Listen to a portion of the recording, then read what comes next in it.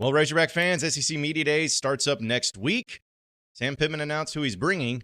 What's the significance of these three players? We'll talk about that and more coming up on the Locked On Razorbacks podcast. You are Locked On Razorbacks, your daily podcast on the Arkansas Razorbacks, part of the Locked On Podcast Network, your team every day. And welcome into the Locked On Razorbacks podcast. I'm your host, John Nabors. I'm also the host of Out of Bounds. You can catch every weekday afternoon from 1 to 4 on 103.7 The Buzz and 103.7thebuzz.com. Hope everybody's having a wonderful Tuesday, a little bit later on today's podcast, but still plenty of things to talk about as we'll get into some MLB Draft updates and news, as well as some weird story going on in college football. But SEC Media Days, as we know, is next week. And so I'm curious actually what fans' opinions are on SEC Media Days. Like, I love it because I'm in the media and I get to meet a lot of new people, get to see a lot of old media friends. We're all there at the same accord. I get to talk with some, great guests and everything. Like, I love SEC Media Days. Now, do you love SEC Media Days as much as I do? Probably not. In fact, a lot of you may just be like, I do not care. It doesn't do anything for me. But either way, it's still stuff that we can get content from and we can have headlines from, whether it's from Arkansas itself or some other SEC schools, whatever it may be. But at least we have plenty of things to discuss and going through that as well. And it was announced officially, though, that Arkansas has their three players that they're going to be bringing this year. And I would say they're not overly a surprise. At least two of them aren't, to me. But they announced that KJ Jefferson, quarterback for Arkansas, Rocket Sanders, the running back for Arkansas, and defensive end Landon Jackson will be the players that represent Arkansas in Nashville as part of the SEC Media Days, which is on the 19th. Arkansas will go. I believe that's on Wednesday. And so those are the three players that they're going to be bringing in. Now, what does it mean when you talk about the players that a team brings to the SEC Media Days? It's not that, these are the team captains. Like in a lot of cases, it might be. And it doesn't even necessarily mean that these are the three best players. What, to me, I've always taken it when it comes to what coaches think about when they decide to bring in certain players is they say, hey, not only do we believe that these particular players represent our university and everything that goes along with it, the way that we want it to be and how we're trying to do things, but they also are guys that are ready for media relations and can talk really well with the media and be represented that way. Because these guys not only going to be talking with media, they're going to be on the SEC network. Like, they're going to be on TV. And so this is a big event for them and a nice little addition for them to be adding to their, if they go pro or if they go into the NFL, to continue to add to a lot of their speaking engagements as well. But, KJ and Rocket are not surprises. Let's be honest. I mean, KJ, again, best quarterback in the SEC. I believe KJ is, he's been here for now 4 years. Think about it. Actually, is this his fifth year? Is it really his fifth year? 19, 20, 21, 22, 23. Yeah, this is going into his fifth year being a part of the University of Arkansas football team. And that one was a no-brainer. It was a no-brainer. Quarterbacks, there's only 5 quarterbacks actually going from SEC teams into Media Days this year, which is kind of a lower number. But I think that it makes sense in KJ's obvious. Like, it's too obvious. And Rocket Sanders is kind of the same thing. Like, he was, without a doubt, one of the best running backs in the SEC. I think maybe him and Judkins from Ole Miss, 2 best running backs in the SEC last year. He had an incredible season. He had over 1,400 yards rushing with 10 touchdowns. And so I think he's going to have a breakout year this year, and he's going to be great. He's a kid that, has a lot of great things going for him. We know he has a child that he takes care of, and it means a lot to him. So I think that's always a cool story whenever you can get those from players' perspectives, and I'm sure he'll talk about it too. So Rocket is also a very obvious choice. The Landon Jackson one, and I'm not saying this in any sort of insulting way at all, because I think Landon Jackson's a phenomenal player.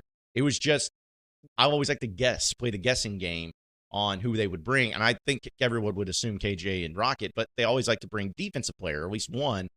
And the fact that it was Landon Jackson may have been a little bit surprising. I didn't know if maybe they were going to bring Chris Paul. I know he's had a lot of praise preseason, and there's a lot of hype surrounding him. I'm surprised that, they didn't bring like a Nudie, like a Dwight McLaughlin. someone who played a lot last year and is going to be a pivotal part of this team this year, or maybe the no-fly zone, Hudson Clark. I thought that maybe that was the case, that maybe they'd bring him. But, I mean, Landon Jackson is a good choice. He had 23 tackles last year, 3.5 tackles for loss, and 3 sacks in the 13 games he's played. Now, that was last season. But I believe with what Landon Jackson has going for him right now in his size, I mean, he's 6'7". You know, he transferred from LSU. And I remember when I was talking to people from LSU, they're like, oh, you know, he was a highly regarded player coming out of high school, but never lived up to the expectation. Not really a big loss for LSU, blah, blah, blah. But I was like, you know, I think that there's something there if he can develop and he can get after it, and if he just gets the right coaching in place. And I think that's what he's gotten with Deke Adams.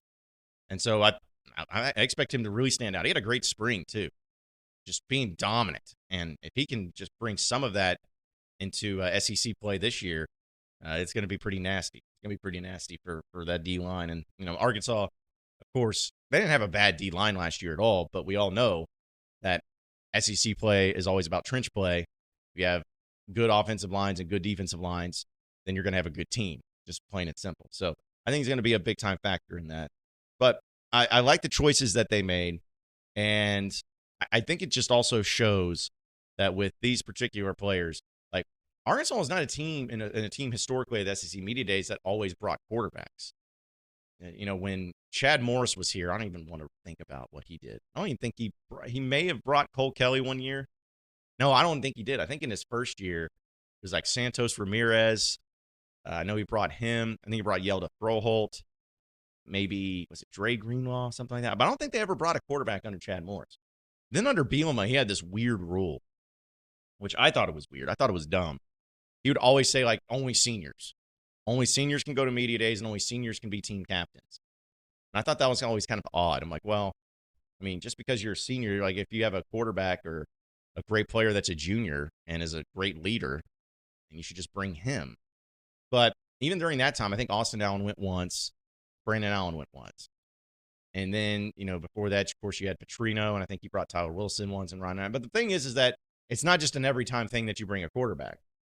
But this time, bringing KJ absolutely makes the most sense. And, you know, I think he still is going to be the best quarterback in the SEC when it's all said and done. And I think that Rocket, of course, is going to have another breakout year too. But when I start to look at their numbers again, and start to look at their stats of what they did last year, knowing that the offense, in fact, it's kind of funny. I went on Paul Feinbaum's show yesterday, name dropper, but I went on there yesterday and they were asking me about the offensive changes with the coordinator with Dan Enos now coming in. And they threw out the numbers that KJ had and Rocket had last year, specifically, because they obviously are the ones that are the two best players on the offense and going to be the guys that go into media days and leaders. And it was posed to me, it's like, so how do you improve upon those? And I started kind of laughing at it because I'm like, man, you know, those are really, really great numbers. And to say you could just automatically improve on them is not just something that's just easily done. Like, yeah, just, you know, throw a couple more passes here and you get more yards, or throw more touchdowns. Like, yeah, duh, of course you could have those. But we're talking about KJ that threw for nearly 2,700 yards in 11 games, 24 touchdowns and 5 picks. And then he also rushed for 640 yards and 9 touchdowns, 68% completion percentage, the second best in program history. And then you have Rocket, who had 1,443 yards and 10 touchdowns. It's like, how do you improve on that? How do you be better on that? Well, to me, it's not necessarily about those numbers being better when it comes to the offense of what they're going to try to do under Dan Enos. To me, it's about staying healthy, more so than anything. And with KJ and the way he plays, he's great. And you want him to play the way that he's meant to play, the way that he looks to play, the way that he's more comfortable playing. I want to see KJ running around. I want to see KJ doing that. But it's not just about the numbers. It's about staying healthy. It's about not making a whole lot of mistakes. And it's about going up and having great matchups against offense or defenses in the SEC and trying to put it together in games to where you can actually, you know, do something with it. It's about having the right play calls on the goal line. It's about, you know, having the trick plays that you do decide to run working and not continuing to try and continuing to fail at them. It's the confidence level that each and every game you're going to start off well. Like your opening drives offensively should be your best drives in the game, always. And it felt like last year Arkansas always started so slow offensively and can never get it going. Their first drives were awful. And I don't remember the exact stat, but it was something to the extent of Arkansas on opening drives like last year. I think they only scored on 2 of them, 3 of them in the entire of all the games they played. That's pathetic. Can't do it. But I'm excited to hear from these 3 players. I'm excited for SEC Media Days. I'm excited to hear from Sam Pittman, what he'll have to say. And I'm sure we'll get a lot of news updates on some things too. But it'll be here before we know it. In fact, next time it's LSU, Missouri, Texas A&M on Monday, then Auburn, Georgia, Mississippi State, Vanderbilt on Tuesday, and then on Wednesday, Alabama, Arkansas, Florida, Kentucky, and then Ole Miss, South Carolina, and Tennessee on Thursday. So it should be a lot of fun on that front. Folks, before we get into some baseball, I'm going to tell you about bird dogs. Listen, bird dogs are awesome. They just look amazing. They feel amazing. They're the best shorts that you could ever have. You know, they're pretty much the exact same thing as Lululemon, but fit way better, and they're a lot cheaper. Let's be honest about that, too. And they make it feel good. They make you look good. They make you be able to do all these different things that you want to do to make it work and make it be so comfortable for you. So if you haven't tried them out, you got to do it. You got to do it right now by going to birddogs.com/LockedOnCollege, enter in promo code LockedOnCollege, and you get a free Yeti-style tumbler with your order. That's birddogs.com/LockedOnCollege or promo code LockedOnCollege for a free Yeti-style tumbler. You won't want to take your bird dogs off.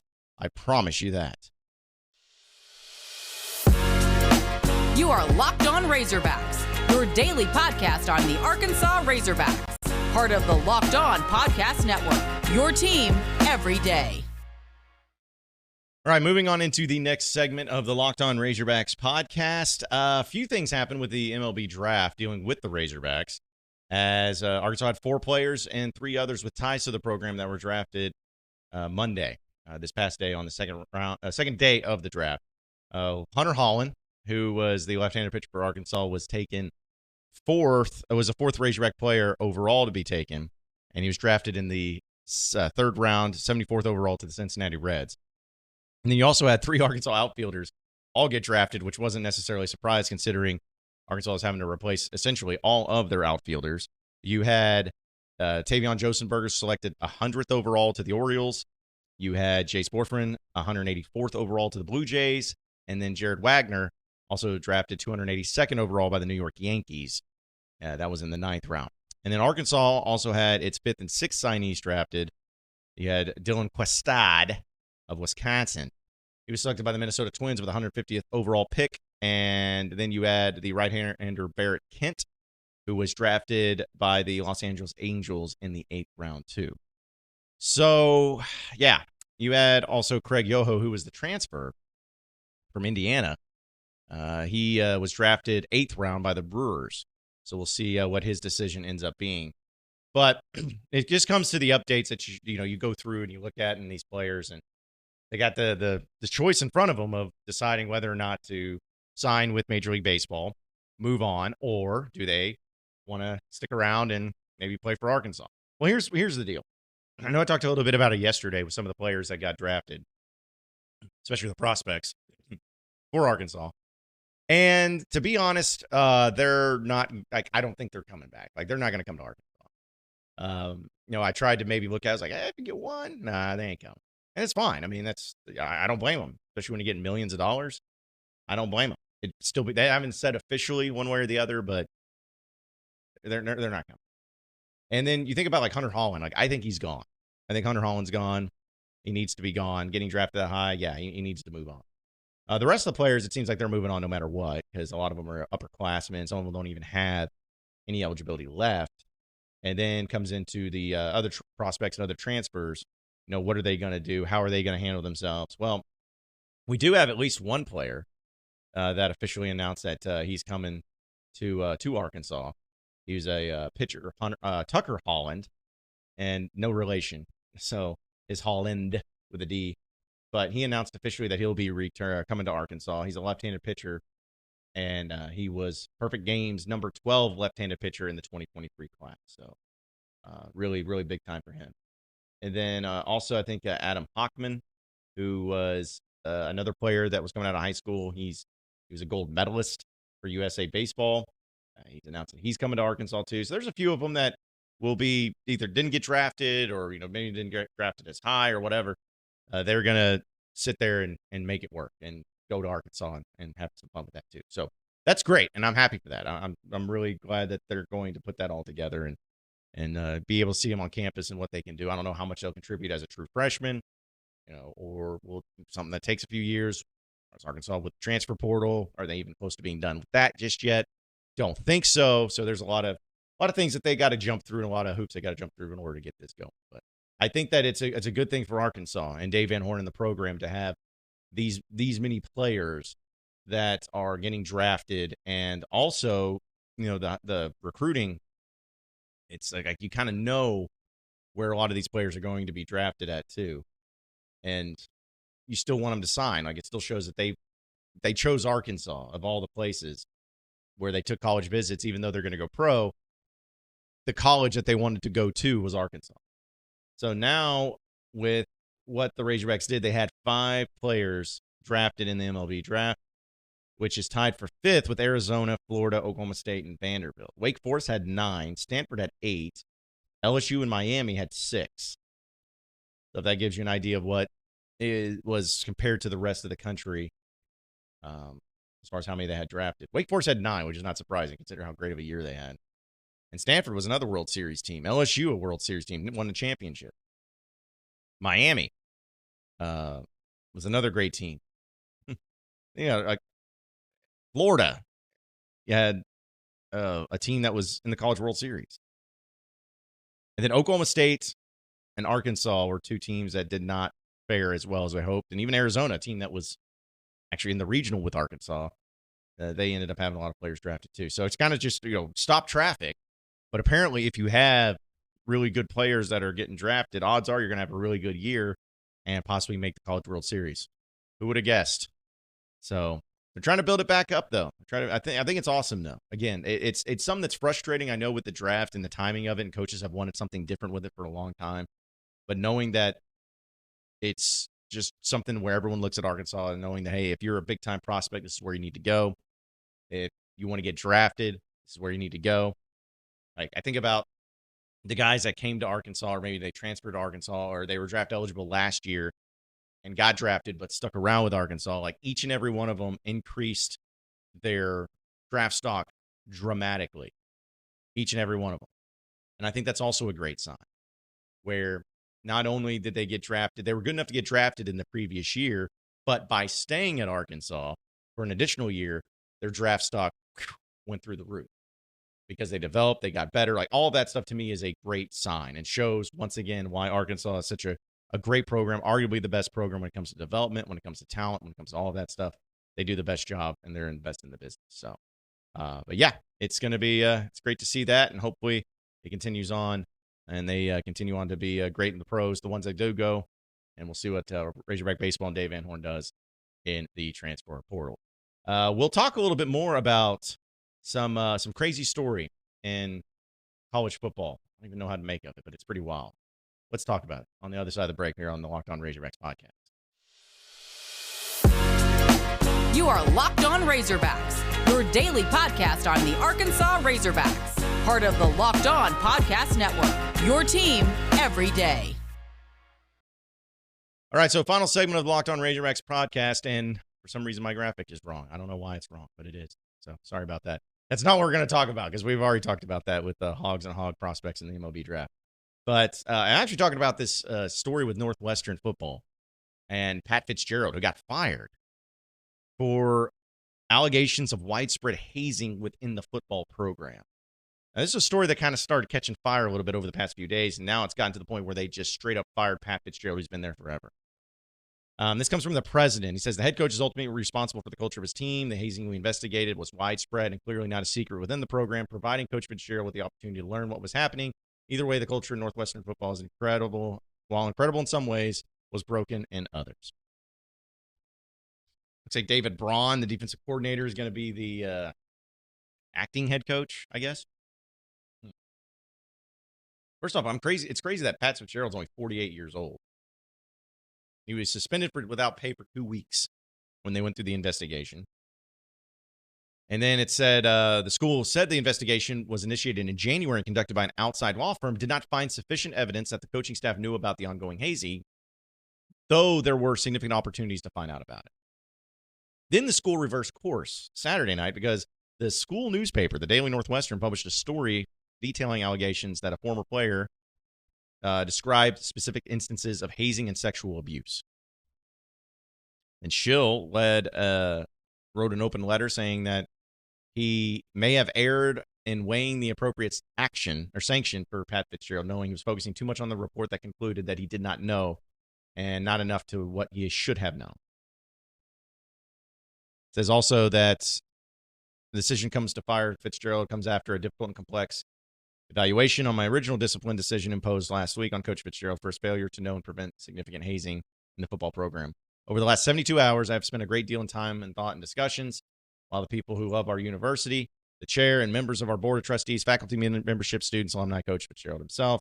I've also received many phone calls and text messages and emails from those I know and those I don't, sharing their thoughts. I'm appreciative of the feedback and considering in my decision. Ultimately, making the decision to originally suspend Coach Fitzgerald was mine and mine alone, as is the decision to part ways with him.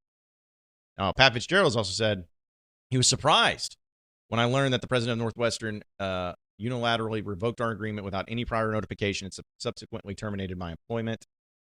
He said he agreed to the 2-week suspension.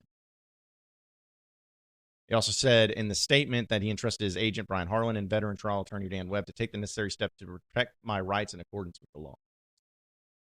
So, just to give a little bit of an idea in the background, in case you haven't heard about this, hazing includes forced participation, nudity, sexualized acts of degrading nature, and clear violation of Northwestern policies. Like specific allegations of stripping naked and dry humping people in a dark locker room, like freshmen, stuff like that. Often led by a group of old players called the Shrek Gang.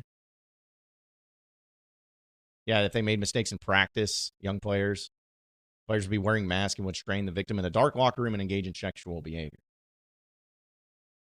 And it says, also said Fitzgerald signaled for players to be added to Shrek's list with a specific clapping motion during practice.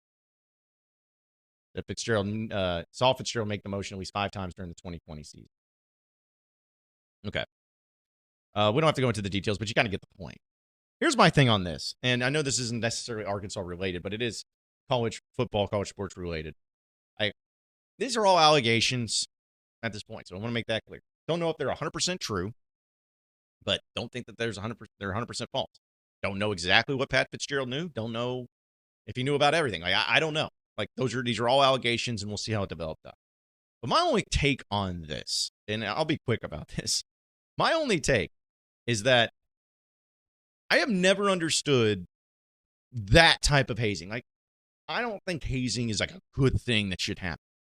But we all have been hazed in certain ways. Remember, going through a hell week, with fraternities, and you got to go spend the night at a cemetery, or you got to shave your eyebrows, just stupid stuff that stupid kids do. And when I see stuff like that happen, I have no problem, and nobody should. It's not that big of a deal. Doing simple stuff like that it doesn't traumatize somebody for the rest of their life is fine. It's stupid, but it's fine. However, if this stuff is true, because we saw this with this story, we've seen many stories like this. There was a story with the hockey team at Harvard that was insane. They made the women's hockey team, they made them strip naked and do slides on the ice to get ice burn, stuff like that. Again, if it's true, I don't understand it. What could possibly, who is saying this? Who's being proud of this? As a football team, you're hey man, yeah, we got that freshman good, didn't we? Yeah, when we all stripped naked and dry humped him in a dark locker room. Yeah, he'll learn his lesson. What? Why would you do that? I feel bad for that. Why would you want to do that? Why? Who decided that? Who's you know what? Guys, I know that we've usually done things like making the kids just take all of our helmets and have to carry in all the equipment, or if we made them get in an ice bath for 3 minutes. I know we've done that, but how about this? Let's all just get naked and then just throw him in the locker room and start doing weird stuff to him. Like, dude, bro, it'd be so great. Like, who's doing that? That's messed up. That should never happen. Absolutely should never happen. And then if Pat Fitzgerald knew that stuff was happening, yes, he should be fired. Like, again, these are all allegations. Could be true, could not be true. We'll find out. But if it is true, those things are, it's so strange to me. I will never understand it. I don't understand it. And if you're somebody that's okay with that stuff happening, I want to keep my distance away from you. That's weird. That's weird. That's not normal behavior. That's odd. Don't do that. Should not be allowed in any sport, in any way. Hazing is hazing. But this hazing, when people think of hazing, they think of this type of stuff. Like, simple hazing is sometimes good for building up teams or, taking it down a notch for these freshmen or for these young people that walk in all confident. There's some things that can come out of it just for playful hazing that is not going to traumatize or be something that's just awful for them for the rest of their life. This, yeah, don't ever. It's weird you even thought about this. Weird you even put it together. But I also think that one of the bigger reasons why they fired Pat Fitzgerald is probably because he went 1-11 last year. Just might. Either way. Appreciate everybody listening in to Locked On Razorbacks podcast. Be sure to like and subscribe to the podcast on iTunes or Google Play. You can also get after me on Twitter at BuzzJohnNabors for any questions, comments, concerns that you may have. Keep it going from there. Same podcast time, same podcast channel tomorrow afternoon. Have a great day, everybody. We'll see you then.